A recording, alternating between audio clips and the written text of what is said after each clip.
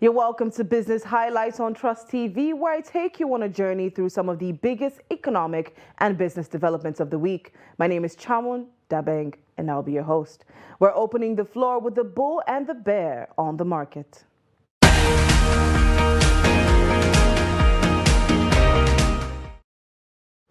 Expectations from last Tuesday's monetary policy rate hike to 13% were defied in Nigeria's equity market, making fixed income securities attractive.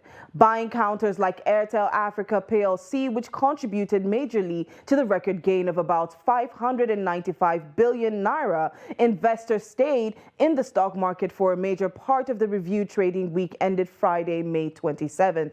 The market gained in the review week's 3 trading days against 2 days of losses, pushing the month's positive return up to 8.96%, while the year-to-date positive return increased to 26.61%. The equities market ended the review week on a positive note, with buy-side activity still high. Even though investors were expected to start looking for higher yields in the fixed income market by midweek, they chose to take advantage of price drop in some of the stock market's fundamentally sound names. The Nigerian Exchange Limited NGX All-Share Index ASI and the market capitalization increased by 2.09% week on week to 54,084.3 points and 29.157 trillion naira respectively, from week open lows of 52,979.96 points and 28.562 trillion naira. In total, there were 4,898 deals with a volume of 208.086 million, valued at 5.52 billion naira. While the top 3 gainers for the week were QTix, Airtel Africa, Wema Bank with 9.96, 9.89, and 8.63 respectively, and the top 3 losers were NB, UACN, and UPL, losing by 10, 9.87 and 9.52% respectively. All in all, the market closed on a bearish note. Pardon me, a bullish note. Well, we'll take a short break, and when we get back, we move on to top stories. Don't go anywhere. I'll be right back.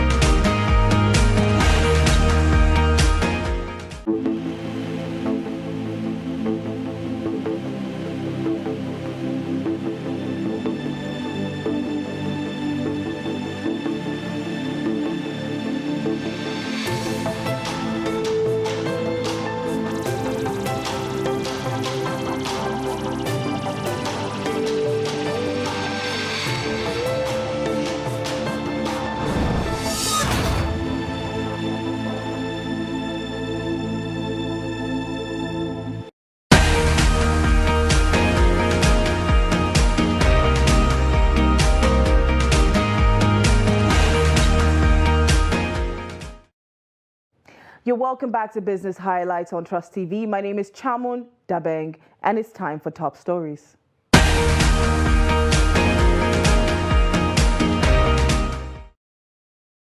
Well, our first story for the day is on the most recent Monetary Policy Committee meeting. For the first time in 2.5 years, the MPC made the decision to increase the benchmark interest rate to 13%, while leaving all other parameters constant. The reason cited for this increase the reason cited for this increase, according to the MPC, was inflation. Now, the question is, what does this mean for the Nigerian economy? Joining me in the studio today is economist Adefolarin Olamileko. You're welcome to the show. Thanks for having me. All right. So this increase to 13%. Now, the issue of the the benchmark interest rate has always been something that has been debated. Exactly. Should it be increased? Should it stay the same? For 2.5 years, it has remained 11.5%. Exactly. Now it's up by 150 basis points. Exactly. Now, what do you think about this increase? What do you think? I mean, most of the committee decided to make this change. I think we have to appreciate the CBN for taking such a decision at this point in time. You know, for the past, you said in your report 2 years, for the past 5 years, CBN has maintained an heterodox monetary policy stance in the sense that it has refused all advice to increase the percentage, the rates as it is, but rather they keep to be a little bit in gradual and they also make a steady route towards having a good rate. And the reason based is that initially, before now, many times rate increase have a shock on the economy. So when this CBN-led MFLA came into board, they look at it critically, and that's why they come up with an heterodox monetary policy idea to have a stabilization of monetary policy in Nigeria and to ensure that anytime they are taking a decision, they have to look at what is happening globally, especially with the influences of IMF and World Bank in terms of what happened at domestic economy in sub-Saharan Africa. So CBN take a stance whereby they don't take much of the advice from that particular angle, rather they look at what is happening domestically, because we understand the character of our own production and our economic system to be economic dependent, market dependent economy that any shock globally affects us. But in recent times, just like 2 days, 3 days ago that they made this decision, if you look at globally, UK, US also having issues. That's why US have to increase their rate by a certain percentage. And the reason they gave was because of the inflation that's happening in the UK and the US also. Then back home, we've been managing galloping inflation in Nigeria. And the CBN came out and said that the reason why they are going to take this decision was that, though it is very contradictory to take such a decision, but we have to take it in a sense that globally it is being done. South Africa and Ghana have done their own, and other Africans are also following suit. So if Nigeria don't do this now, definitely we may slow back our economy and it may also affect us at the end of the day. So it's like you are at the front of a goalpost.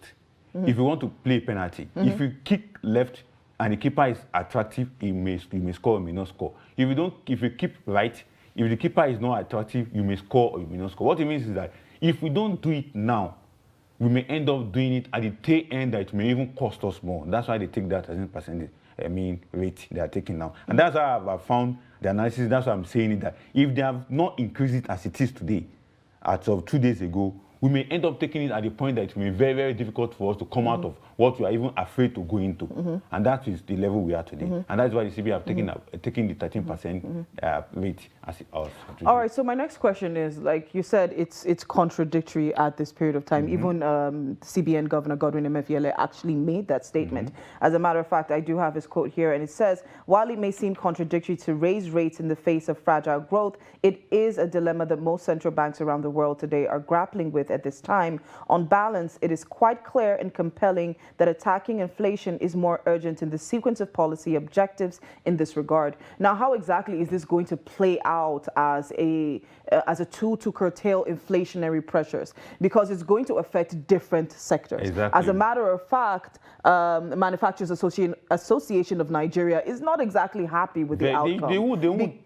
Because they're coming out to say that this is going to affect the sector. Definitely, because you know one thing we must know about increase in rates is this: it make loan very, very expensive. And you know the manufacturing sector, why they are crying out is because majority of their members are going for loans to support their business. But let's go back and rewind or review why CBN is saying it's going to be contradictory, and why I also say it's going to be contradictory is this: the GDP is going to be slowed down as a result of this particular decision. Then another issue is because if you look at our economy, it's not productive enough. It's so much dependent on importation. And if this decision is not taken at this point in time, we may have issues. Although there are issues in the economy exactly because we are not producing enough and because we are importing so much that it is not affecting our currency. And that's the one reason. Though the general implication of this particular decision is this: savers, as you have been mentioning in your stock exchange, people are now rushing to the stock exchange to buy or to sell. Because it would be beneficial for them. It would be beneficial to them. But on the long run, we have to be very careful with the stock exchange, because my own concern has been, when it comes to increasing rates, is this: FDI is coming, which we normally regard in political economy as hot money.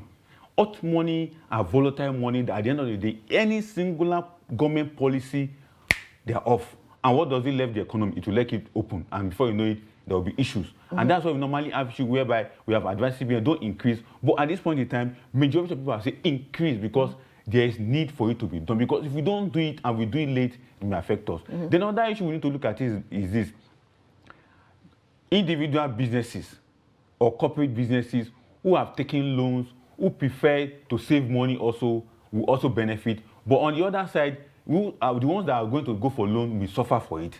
But in summarizing my point at this point in time is that the benefit monetarily and the benefit in terms of the general economy, we have to look at it. Because increasing that rate has both negative and positive. But majority of us have only looked at the negative of increase. That's why it has taken so long to increase. The question really is how, which one outweighs the other? Because at the end of the day, if you have more negativities and fewer positives, then it's almost like pouring water into a basket. The reason why, sorry for cutting. The reason why the negative may overwhelm us in our country is because we are not producing. And that's why the manufacturing sector are complaining that why go for increase of rate? But if you look at it from the angle of the monetary angle, we want to fight inflation. But the best way to fight inflation is not to increase rate, but to safeguard the policy of the government as it is today. But wouldn't this also affect the capital outflow at this point? Definitely it will do, in a sense that government will have to spend more. Definitely government, this current 2022 budget, don't be surprised there's going to be supplementary budget at the end of the day, because all will affect it, because the inflation we are even trying to fight is not done in a way that it should be headlong, in a sense that the productive sector of the economy is not being tackled. All the money that government have been spending for intervention is just giving people free money.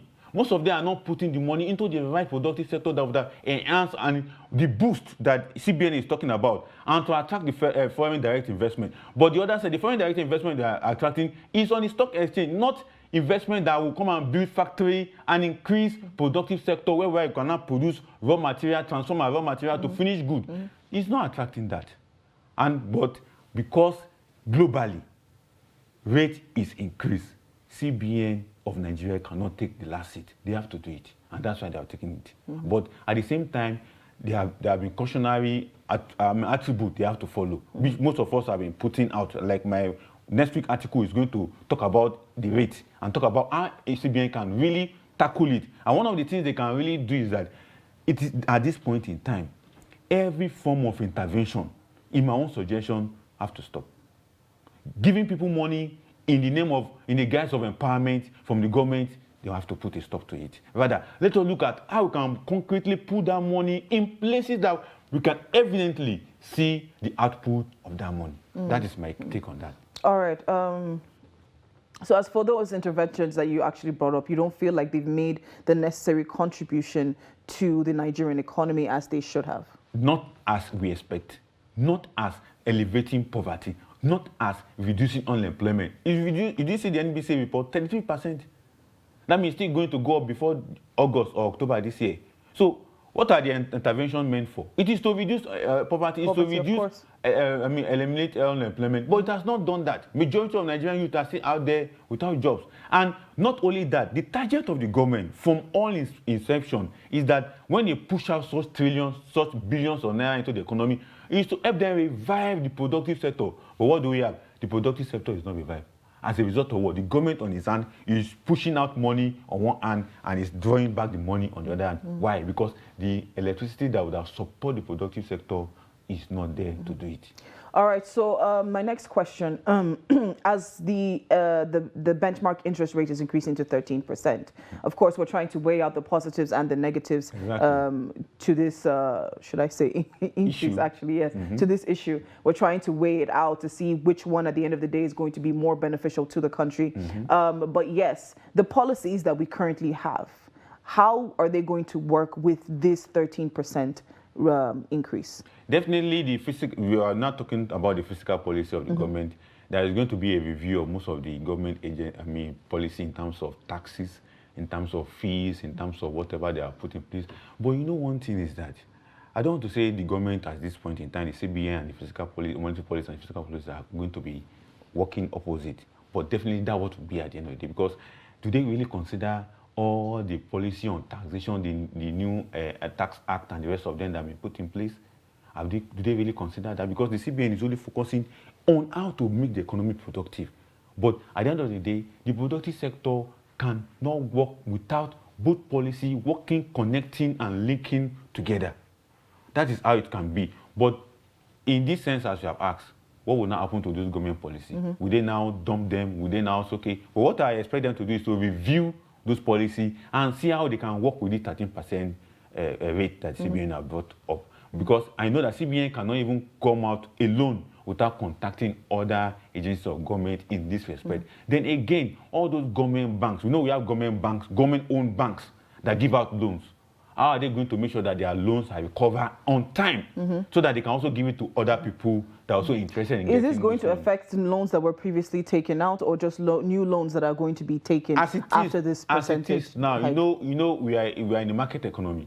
The financial sector, as that same day that they will start implementing it, whether it is loan that you are taking in January or loan that you are taking in February or now, they will implement it, because if they allow you to use 11.5% for loans that you collect in January, February, March, and now there's a new reality on ground, how would the bank be able to recover their profit or recover their loans back or get most of the things they need to get? Yeah, but we already had an issue of non-payment of loans, or defaulters, people defaulting on their loans. Oh, but it has reduced, not as previously as before. But don't you think this is going to set people back? Definitely, if I've gotten a loan from any bank today now, and there isn't 13%, I have to go and sit with the manager and say, let us negotiate.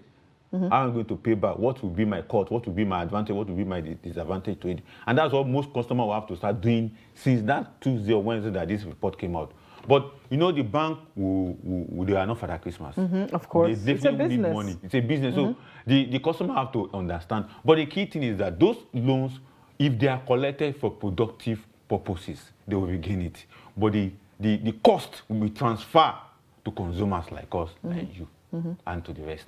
So we will end up bearing the cost of this 13% rate that is coming, and that's how it's going to be. So at the end of the day, my focus really is seeing the people, you know, basically coming out of that poverty, you know, situation, which is something that has been a huge problem in Nigeria. I mean, a huge percentage of our population is basically living within that poverty line, and with the IMF and the World Bank predictions, they're still expecting more to be pushed into that. So I'm still asking the same question: how exactly is this going to work as a tool to alleviate inflationary pressures, if at the end of the day the brunt of it all is still going to be taken by the Nigerian populace? What happens to the man who is unemployed and can't afford anything? What happens to the mommy and daddy that's in the village and is just basically struggling? These are the people that actually matter in all of this. You know when we talk about the rate and its effect on inflation, the inflation in Nigeria are two ways.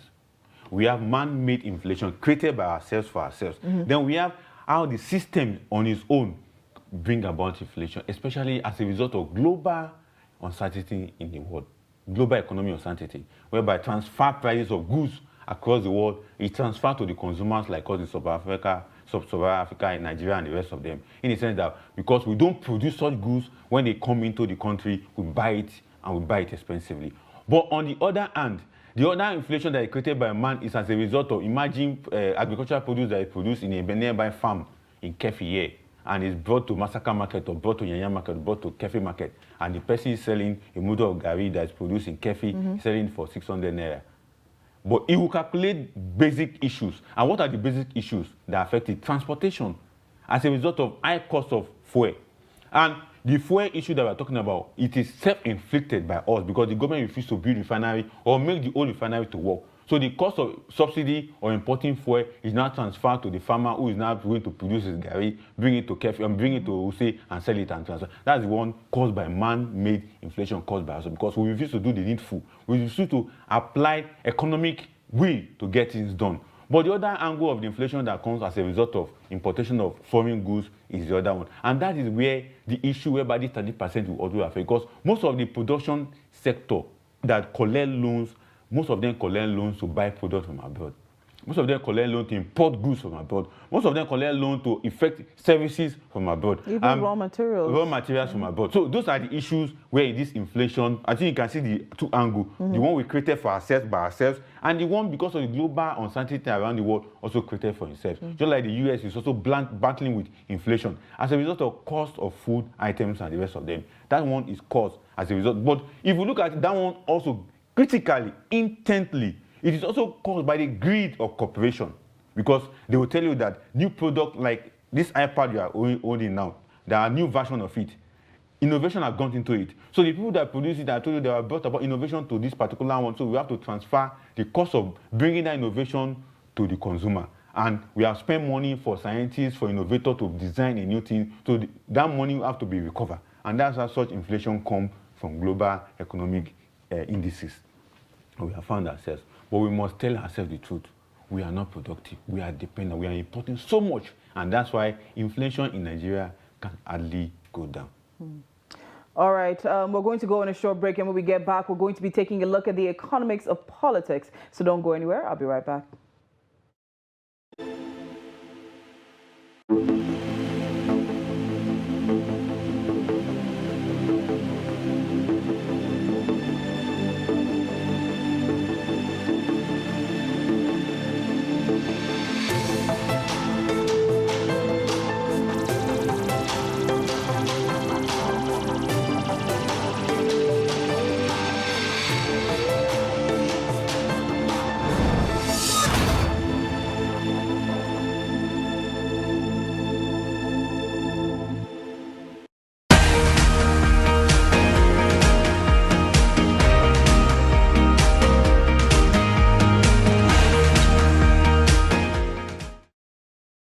All right, you're welcome back to the show. And once again, my name is Chamun Dabeng, and I'm here with Adefolarin Olamileko, and he is an economist. And we're moving on to the second segment of our show, pardon me. Well, we're going to be talking about the economics of politics. Well, the current election season is here, of course. And you know how it is. It comes with the hustle. It comes with the bustle. The truth about it is that even within this political season or this election season, businesses are making a profit. Very well. We have certain industries that are making a lot of money off of the election season. Now, which industries do you think, or which industries do you see gaining the most from all of this? In this interesting time, one of the industries that are gaining is the media.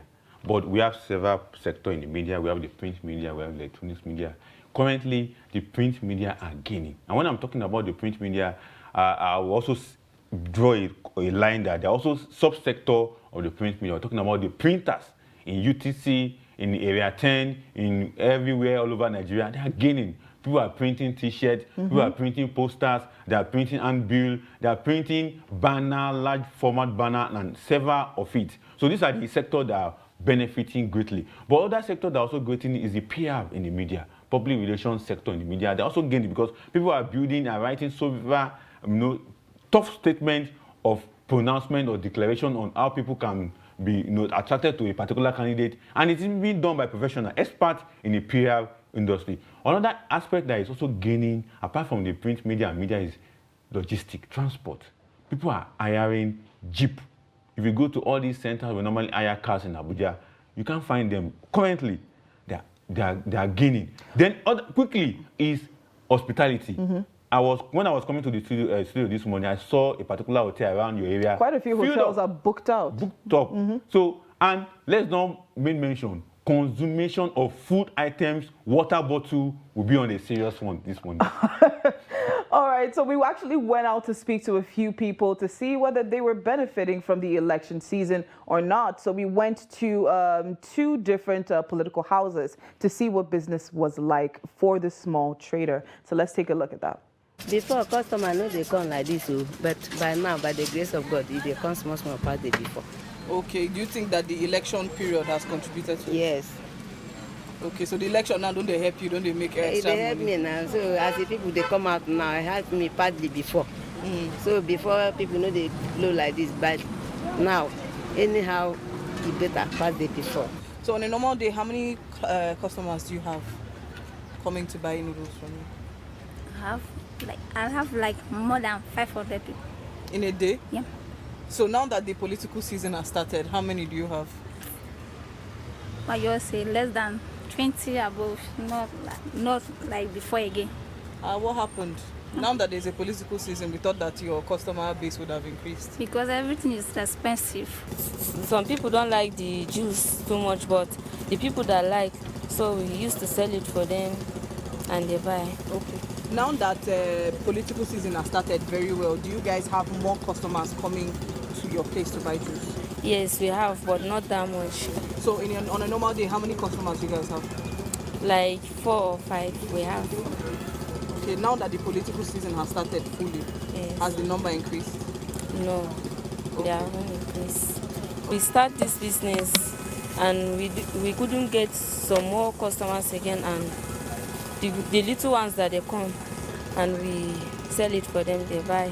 That is how we get small and This is why policy somersault in this part of the country. You are talking about an extremely very, very minute time. This thing is going to be over in the next 1 week.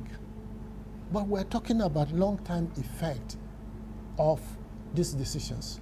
Long time, in fact, medium to long time. Because what you are saying now, oh, okay, I was in Minna this week. Virtually all the hotels in Minna have been taken over. All right, you're welcome back. Yes, so we got to take a look at the small traders, and you can actually see that the issue of inflation is still a problem for many of them, because the purchasing power of their customers is still being affected by the current economic status of Nigeria. And then not only that, we did have a financial consultant there that was speaking, and he brought up something very interesting, and he was talking about this election period and, you know, hotels being booked to the brim, printing presses making money. These are all certain industries that only make money for this period of time. Exactly. So what then happens after that? That's what we are asking, that we need a sustainable economic development in Nigeria. We need a sustainable economic process. We don't want a seasonal thing. 1 week, 2 weeks, 2 months, 3 months. It doesn't sustain any economy, and it doesn't help the GDP to grow as expected. Even though we have been asking that we want economic development, not GDP growth as it is. But as captured in your report now, the inflation on small businesses, why some of them may collapse. If you hear what that lady is saying, they have 4 or 5 people in a day coming to take juice. Now there is no more people.